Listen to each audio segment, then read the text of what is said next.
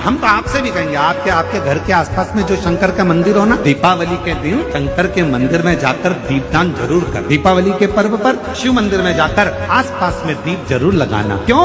आपको वही फल प्राप्त होगा जो काशी में देवताओं ने दीप जलाकर प्राप्त किया।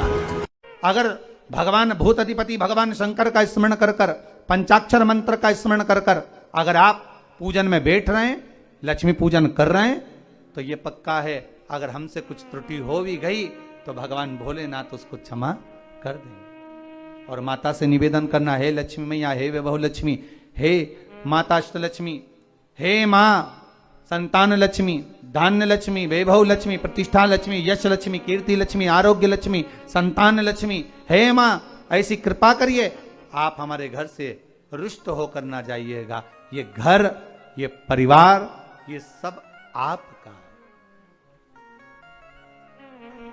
सब आपका,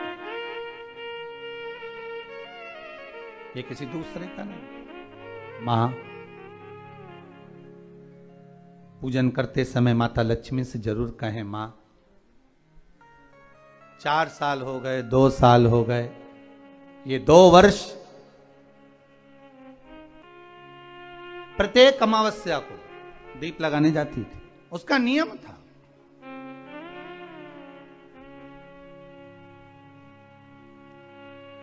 साहूकार की पुत्री प्रत्येक अमावस्या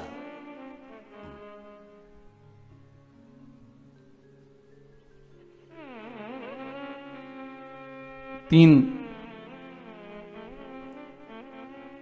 दीप, एक बेलपत्री के नीचे, एक आंवले के नीचे, एक पीपल के नीचे लगाने जाते।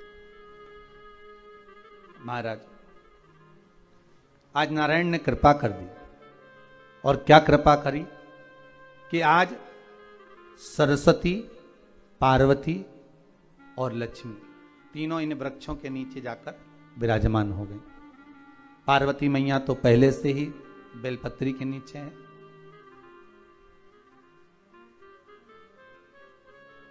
स्वयं सरस्वती मैया, लक्ष्मी मैया आंवले और पीपल के नीचे विराजमान हो गई।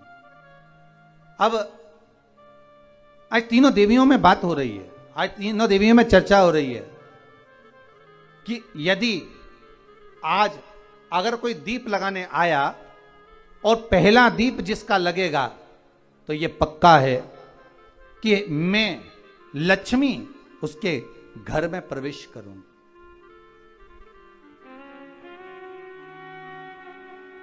सरस्वती जी बोली, जो पहले बार दीप लगाने के लिए प्रथम में आएगा, मैं उससे अपनी सहेली बना लूंगी, उसको अपनी मित्र बना लूंगी।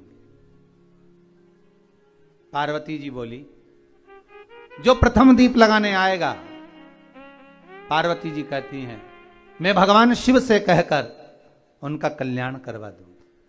अब ये साहूकार की बेटी, वो साहूकार जो कहने का तो साहूकार था, धन पूर्व में बहुत था, पर अब इसके पास में कुछ भी नहीं बचा था। देखिए, सुख दुख तो जीवन में चलता रहता है, आज सुख है कल दुख है, फिर दुख है फिर सुख है, ये जीवन में चलता रहता है। भगवान ने दिया, हो सकता है पूर्व में आपके पास में खूब धन होगा, वैभव होगा, सत्ता होगी, फैक्ट्रियां भी होंगी, दुकान भी होगा, धंधा भी होगा, पानी भी होगा, सब कुछ, सारी सत्ता आपके पास में होगी, पर समय की घड़ी किसने देखी है साहब? कौन देखा घड़ी को, कौन देखा पल को?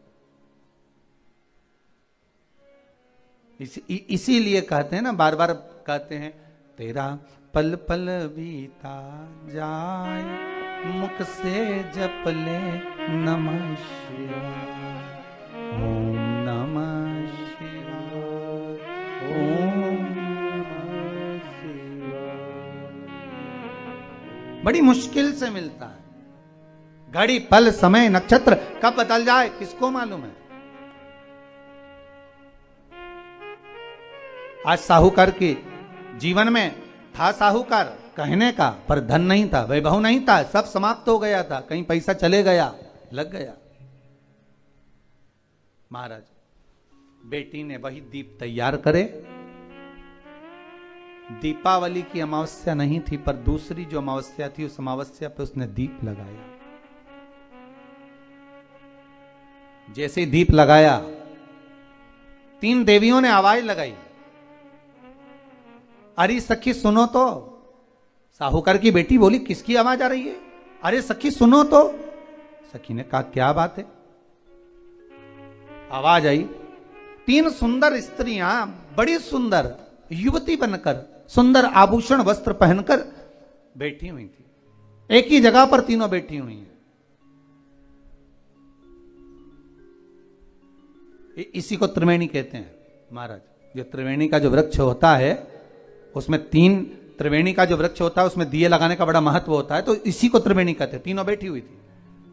अब तीनों बैठी, आवाज लगाया, हम आपको सहेली बनाना चाहते, सखी बनाना चाहते, आप हमारी सहेली बनेंगी? अब इस साहूकार की बेटी को लगा ये तो बहुत पैसे वाली दिख रही हैं, धनपति दिख रही हैं, और मैं तो गरीबड़ी, और ना जाने में अगर इनकी सखी बन गई तो फिर इनको क्या मुझे देना पड़ जाए, कोई भरोसा है? इसलिए शास्त्र कहता है कि मित्र भी बनाओ तो सोच समझ कर बनाओ। मित्र भी बनाओ तो सोच समझ कर बनाना। ज्यादा धनपति मित्र बन गया तो मन में आएगा कि जब ये घर आएगा तो इसको घृत का भोजन तो कराना ही पड़ेगा, घी का भोजन तो कराना ही पड़ेगा। इसलिए मित्र भी बने तो ऐसा बने कि जो आपके सम्मुख में हो उसको धन और वैभव से मतलब ना हो, उसको सत्ता से मतलब ना हो, आप उसको केवल आप से मतलब, आपकी मित्रता से मतलब।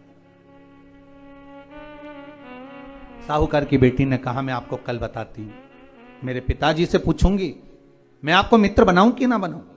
ठीक है, चलिए घर पहुंची। पिताजी मुझे 3 सखियां मिली हैं, एक सरस्वती है, एक पार्वती है और एक लक्ष्मी है। अच्छा,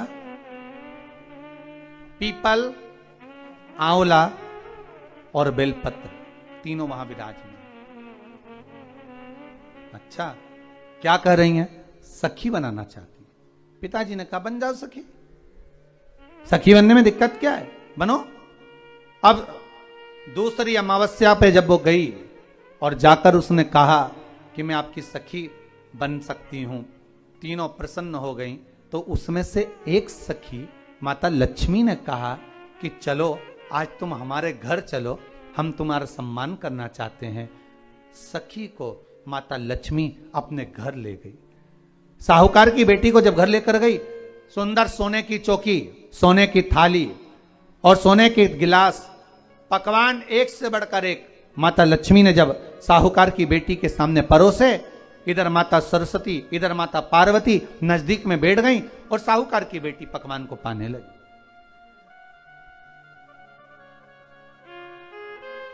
साहूकार की बेटी पकवानों को पा रही है, भोजन ग्रहण कर रही है। अब भोजन करने के बाद साहूकार की बेटी चली गई। अब जाते से ही माता लक्ष्मी जी ने कहा सुनो सखी, अगली जो अमावस्या आ रही है आपको मालूम है वो कौन सी अमावस्या है? नहीं। कहा दीपमालिका, दीपावली की अमावस्या, आपको मालूम है? ओहो, पर एक बात हम आपको कहें। लक्ष्मी जी बोली एक बात हम आपको कहें। हाँ बोलिए। हम चाहते हैं इस अमावस्या को आप हमारे घर आई हो, अगली अमावस्या को हम आपके घर आना चाहते हैं, क्या आप हमें बुलाएंगी? सखी ने कहा, साहूकार की बेटी बोली अगर आपका मन है आने का तो आप आओ, मना नहीं है। साहूकार की बेटी हूं मैं। लक्ष्मी जी ने मन में सोचा ठीक है, तैयारी करो। आज साहूकार की बेटी घर पहुंची तो पिताजी ने पूछा बेटी आज बहुत देर हो गई तुझे आने में, कहां रह गई थी तू, कहां रह गई तू? बेटी कहती है 3 सखियों के घर गई थी, आने में देरी हो गई, पर मेरी सहेली माता लक्ष्मी जी कह रही हैं कि अमावस्या के दिन मैं तुम्हारे घर में आऊंगी। तो पिताजी ने कहा उसमें क्या दिक्कत है, तैयारी करो। तो पिताजी घर में अपने खाने के लिए तो कुछ नहीं, तो माता लक्ष्मी को क्या खिलाएंगे?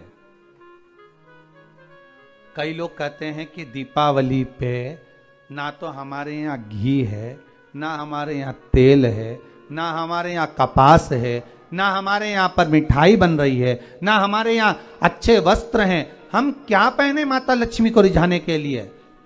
पर शिव महापुराण की कथा कहती है, अगर आपका भरोसा, आपका विश्वास, आपकी दृढ़ता परमात्मा के चरणों में लगी है तो परमात्मा लक्ष्मी पूजन की व्यवस्था भी वही कर देगा कि लक्ष्मी जी का सम्मान कैसे करना, आदर कैसे करना है।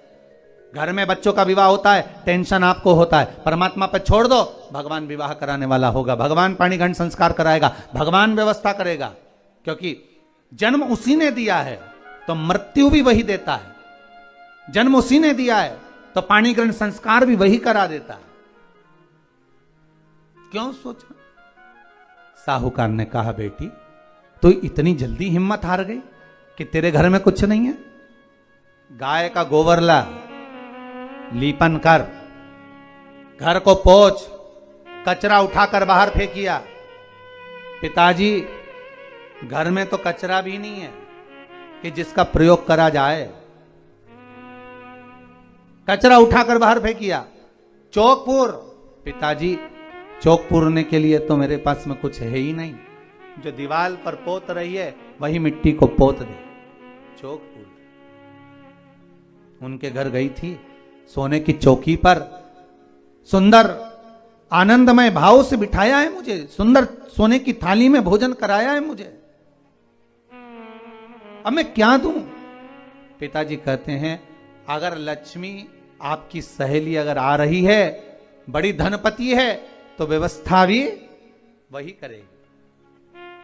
अब लक्ष्मी तो जाने की तैयारी में, सरस्वती उनके साथ जाने की तैयारी में, पर माता पार्वती नहीं गई। माता पार्वती ने कहा, आज मैं नहीं जाऊंगी। क्यों? आज मुझे अमावस्या का दिन है ना, इसलिए बेलपत्री के पेड़ के नीचे मुझे रहना पड़ेगा। तो माता पार्वती बेलपत्र के पेड़ के नीचे रुक गई। अब ये दोनों जाने के लिए तैयारी करी। लक्ष्मी और सरस्वती जाने लगी, साथ में उन्होंने गणेश जी को ले लिया, रिद्धि सिद्धि को ले लिया और साहूकार के यहाँ जा रही हैं। जैसे ही साहूकार के यहाँ जा रही थी, इतनी देर में माता पार्वती को लगा कि इसके पास में जिमाने के लिए, रखने के लिए कुछ नहीं है। माता पार्वती ने एक चील का रूप लिया और उड़ती हुई एक राजकुमारी के हार को, रतन जड़ित हार को लेकर मां पार्वती गई और साहूकार के घर में उस फेंक दिया। साहूकार के दरवाजे पर जैसे फेंका,